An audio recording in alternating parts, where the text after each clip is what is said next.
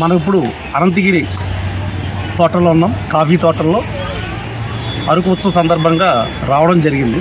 అయితే ఈ అరకు కాఫీ చాలా ప్రసిద్ధి చెందింది. చాలా ఏళ్ళను బట్టి సీనియర్ జర్నలిస్ట్ ఉన్న రామచంద్రరావు ఈ గిరిజన ప్రాంతాల్లో అధ్యయనం చేయడం జరిగింది. ఇప్పుడు అతను మనతో ఉన్నారు. అతను అడిగి అసలు అరకు కాఫీ గురించి తెలుసుకుందాం. సార్ నమస్తే. రామచంద్ర గారు నమస్తే అండి. ఈ అరకు కాఫీ గురించి చెప్పాలంటే అరకు మన్యం గురించి మనం కాస్త మాట్లాడుకోవాలి. దేశంలో చాలా ప్రాంతాలు ఉన్నాయి, గిరిజన ప్రాంతాలు ఉన్నాయి. దేవుడు అదృష్టం కావచ్చు, లేక ప్రకృతి వరం కావచ్చు. అరకు మన్యానికి అన్ని రకాల ప్రత్యేకతలు ఉన్నాయి. ప్రధానంగా సముద్ర మట్టానికి ఎత్తుగా ఉండడం, అట్లాగే ఇక్కడ వివిధ రకాలు, ఎస్పెషల్లీ మనం మాట్లాడుకునే కాఫీ సాగుకు అత్యంత అనువైన ప్రదేశం. నిజానికి చూసుకుంటే మన ప్రపంచంలో చూసుకుంటే వియత్నాం అత్యధికంగా కాఫీ సాగు చేస్తుంది. అయితే వియత్నాం కాఫీకి మించిన రుచి అరకు కాఫీలో ఉంటుంది. అది వాస్తవం అంటే కొన్నాళ్ళ వరకు అరకులో కాఫీ లేదు. కాఫీ ఇక్కడికి కొంతమంది ద్వారా రావడం జరిగింది.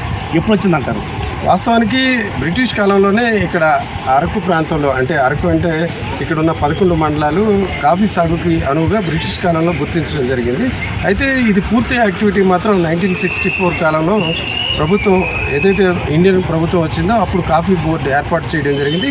విశాఖ మన్యానికి, అంటే ఇప్పుడు అల్లూరు జిల్లాగా మనం చెప్పుకునే ఈ ప్రాంతాల్లో గూడెం కొత్త వీధిలో తొలిసారిగా జీకే వీధిలో కాఫీ ఎస్టేట్ని 1972లో పెట్టడం జరిగింది. అప్పటి నుంచి అరకు కాఫీ మొదలైంది. ఈరోజు చూసుకుంటే దాదాపు 2,80,000 ఎకరాల్లో విస్తీర్ణంలో ఇక్కడ కాఫీ సాగు జరుగుతుంది. ఇప్పుడు ఈ కాఫీకి అంటే మీరు వియత్నాంలో పోల్చారు. వియత్నాం కాఫీ కంటే ఇది బెటర్. ఏ విధంగా బెటర్? దీనిలో నాణ్యత ఏమన్నా? వాస్తవానికి భిన్నమైన కాఫీలు రకరకాలు ఉంటాయి. మన అరకు మన్యం కావచ్చు, ఇటు అనంతగిరి, జీకే వీధి, మినుగులూరు ఈ ప్రాంతంలో పండే కాఫీకి అరబికా కాఫీ అంటారు. ఈ కాఫీ కాస్త ఘాటుతనం ఉండడం, అలాగే ఒక రకంగా ఒక మాండలికంలో చెప్పాలంటే కాఫీ తాగిన ఒక రిలీఫ్ కిక్ ఇస్తుంది. అలాగే వియత్నాంతో పాటు మిగతా దేశాల్లో కాఫీ ఉన్నప్పుడు కూడా అక్కడ కొంత సేంద్రియ విధానానికి భిన్నంగా ఉండడం. ఇక్కడ చూసుకుంటే ఈ గిరిజనులు బహుశా వాళ్ళ జీవన విధానంలో వచ్చిన ప్రక్రియ కావచ్చు, లేక ఇతర కారణాల వల్ల వారు ఎలాంటి రసాయనాలు వినియోగించకుండా కాఫీ సాగు చేస్తున్నారు. ఇట్లా ఇది సముద్ర మట్టానికి మనం చూసుకోవచ్చు. ఇప్పుడు మనం అనంతగిరి ప్రాంతంలోనూ దాదాపు సముద్ర మట్టానికి 900 మీటర్ల ఎత్తులో ఉంది. అంటే కాఫీ సాగుకి కొంత ఉష్ణోగ్రత అవసరం, అలాగే నీడ ఉండడం. మీరు చూసారు ఇక్కడ సిల్వర్ ఓక్ మొక్కలు ఉన్నాయి.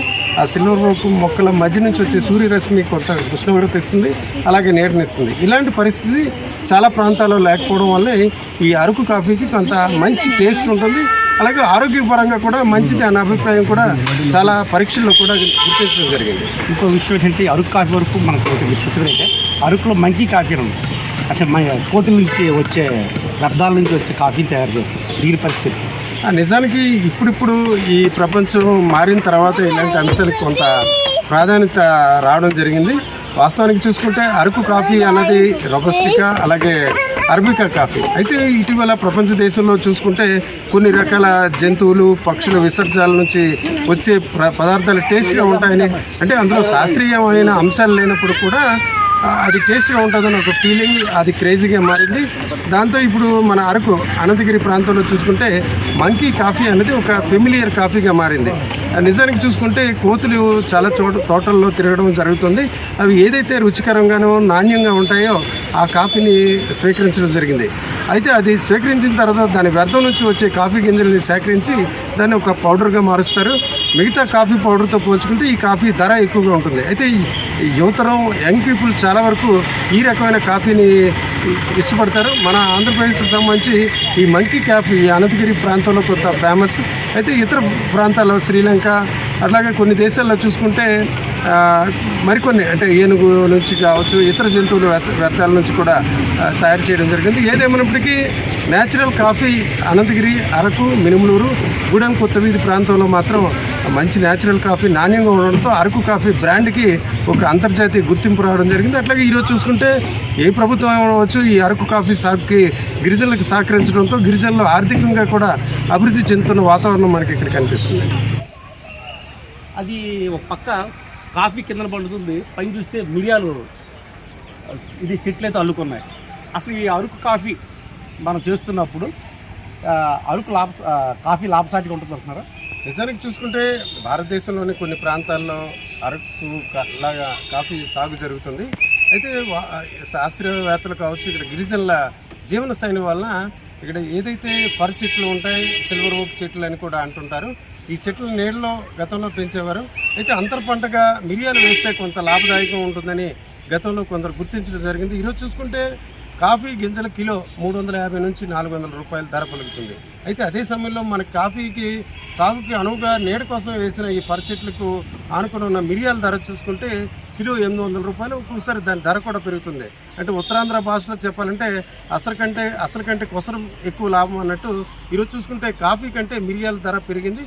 ఇది ఒక రకంగా అంతర పంటగా చెప్పుకునే మిరియాల ధర కూడా ఎక్కువగా గిట్టుబాటు రావడంతో ఈరోజు గిరిజన ప్రాంతంలో రైతులు కాఫీ సాగుతో పాటు ఈ మిరియాలు సాగుకి ఆసక్తి చూపడంతో ఒక రకంగా ఆంధ్రప్రదేశ్ అలాగే ఇండియాకు సంబంధించిన ఆర్థిక వ్యవస్థలో కూడా ఈ సాగు ఒక రకంగా ఉపయోగపడుతున్న వాతావరణం మనకి కనిపిస్తుంది. రామచంద్ర గారు, వాస్తవానికి అయితే మనం అరకు కాఫీ అంటున్నాం. వాస్తవానికి అరకు పండేది కంటే అరకు చుట్టుపక్కల 11 గ్రామాల్లో పండుతుంది. ఇది అరుకే ఫేమస్ అవడానికి కారణం ఏంటంటారు? నిజానికి చూసుకుంటే అరకు కాఫీ ఒక బ్రాండ్. వాస్తవానికి 11 మండలాల్లోని చాలా ప్రాంతాల్లో ఈరోజు కాఫీ సాగు జరుగుతుంది. మన ఈ ప్రభుత్వం ఏదైతే 1970s కాఫీ బోర్డు ఏర్పాటుతో ఈ ప్రాంతంలో గిరిజనులకు ఉపాధి కల్పించాలని అప్పుడు కేంద్ర ప్రభుత్వం నిర్ణయించిందో, అప్పుడు మినుములూరు అంటే పాడేరుకి సమీపంలో ఉన్న మినుములూరు ప్రాంతంలో అక్కడ కాఫీ సాగు ఎక్కువగా జరిగింది. అట్లాగే మనం ఉన్న ఈ అనంతగిరి, ఇంకా అన్నిటికంటే మీరు చూసుకుంటే చింతపల్లి సమీపంలో ఉన్న జీకే వీధిలో చూసుకుంటే కాఫీ బోర్డుకు సంబంధించిన ఒక రీసెర్చ్ స్టేషన్ కూడా ఉంది. అక్కడ కూడా కాఫీ సాగు జరుగుతుంది. అయితే అన్ని ప్రాంతాల్లో కాఫీ సాగు జరుగుతున్నప్పటికీ అరకు అనేది ఒక బ్రాండ్ ఇమేజ్ కావడంతో అరకు బ్రాండ్ పేరుతో ఇది కొనసాగుతుంది. ఏదేమైనప్పటికీ ఎక్కడ పడినప్పుడు కూడా అరకు బ్రాండ్తో ఈ కాఫీకి ఇమేజ్ వచ్చింది. అయితే గిరిజనులు సాగు చేస్తున్న నేపథ్యానే కాస్త ఎక్కువగా లాభం వచ్చినట్టు, అలాగే ఈ సాగు విధానంలో కూడా వారు కొన్ని అంశాలు వారి ప్రక్రియ పాటించడం వల్ల కూడా కొంత అరకు కాఫీకి కొంత టేస్ట్ వచ్చినట్టు తెలుస్తుంది. వాస్తవంగా ఎప్పుడైనా సరే రైతులు ఇప్పుడు నష్టపోతుంటారు, అందులో గిరిజన రైతులు మరీను. ఈ అరకు కాఫీ తోటల వల్ల నిజంగా గిరిజనులు అభివృద్ధి చెందారా, లేదా మళ్ళీ మామూలు రైతు పరిస్థితినా? నిజానికి చూసుకుంటే అదృష్టం కొలిది ఇతర పంటలు పండించే రైతులు ఎక్కడ కాస్త నష్టపోయే పరిస్థితి ఉంది. కానీ ఈరోజు చూసుకుంటే గిరిజన ప్రాంతంలో ఏ రైతు కూడా కాఫీ సాగు వల్ల నష్టపోయిన పరిస్థితి లేదు.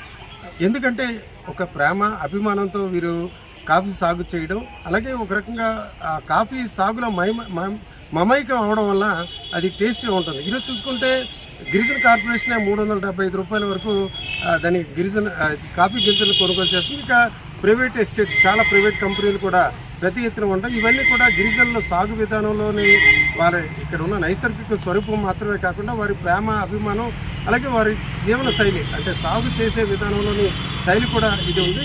అయితే మనం ఇక్కడ ఒక విషయం చెప్పుకోవాలి, గిరిజనులకు ఎప్పుడు కృతజ్ఞతా భావం ఉంటుంది. ఎక్కడైనా ఒక వస్తువు లాభదాయకం కావచ్చు, ప్రయోజనం ఉంటే దాన్ని మరింత ప్రేమగా చూస్తారు. ఈ కాఫీ సాగు విషయంలో కూడా వారు అత్యంత అభిమానంగా, అంటే గతంలో చూసుకుంటే 1970s పూర్వం చూసుకుంటే ఇక్కడ సరైన వ్యవసాయం కాదు, ఉపాధి విధానం లేకపోవడం వల్ల చాలా వరకు ఆర్థికంగా పేదరికంతో ఉండేవారు. ఇది కాఫీ సాగు రావడం గిరిజన కార్పొరేషన్ నిజానికి చూసుకుంటే దివంగత ముఖ్యమంత్రి ఎన్టీ రామారావు గిరిజన కార్పొరేషన్ని ఏర్పాటు చేశారు. గిరిజనకు సంబంధించిన అటవీ ఉత్పత్తులని కొనుగోలు చేయడం ద్వారా వారిని ఆర్థికంగా అభివృద్ధి చేయాలని ఆయన ఆశపడ్డారు. ఆశకు తగ్గట్టు ఈరోజు చూసుకుంటే గిరిజన ప్రాంతంలో గతంలో గిరిజన ప్రాంతం అంటే పేదరికం అనే పరిస్థితి ఉండేది. ఈరోజు చూసుకుంటే ఇటు కాఫీ, మిరియాలతో పాటు చాలా అటవీ ఉత్పత్తులు ఇతరులు కూడా రావడంతో ఈ ఎక్కువగా లాభదాయకం ఉంది. మీకు ఇక్కడ ఒక విషయం నేను చెప్పుకోవాలి, కృతజ్ఞతా భావం అనేది గిరిజనలో ఉంటుంది.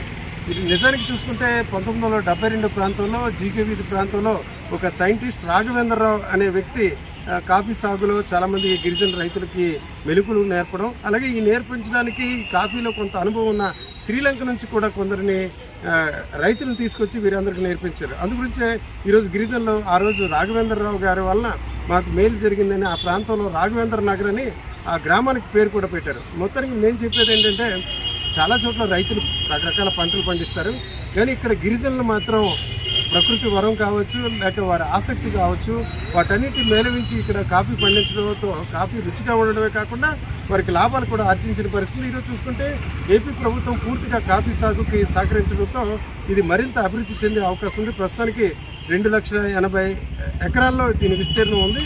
మరింత పెరిగే అవకాశాలు కూడా మనకి కనిపిస్తున్నాయి. విజయ్ కుమార్ గారు. థ్యాంక్ యూ అండి రామచంద్ర గారు. మనం మరొక అంశంతో రామచంద్రతో ఒకటి బిజినెస్ ప్రాంతం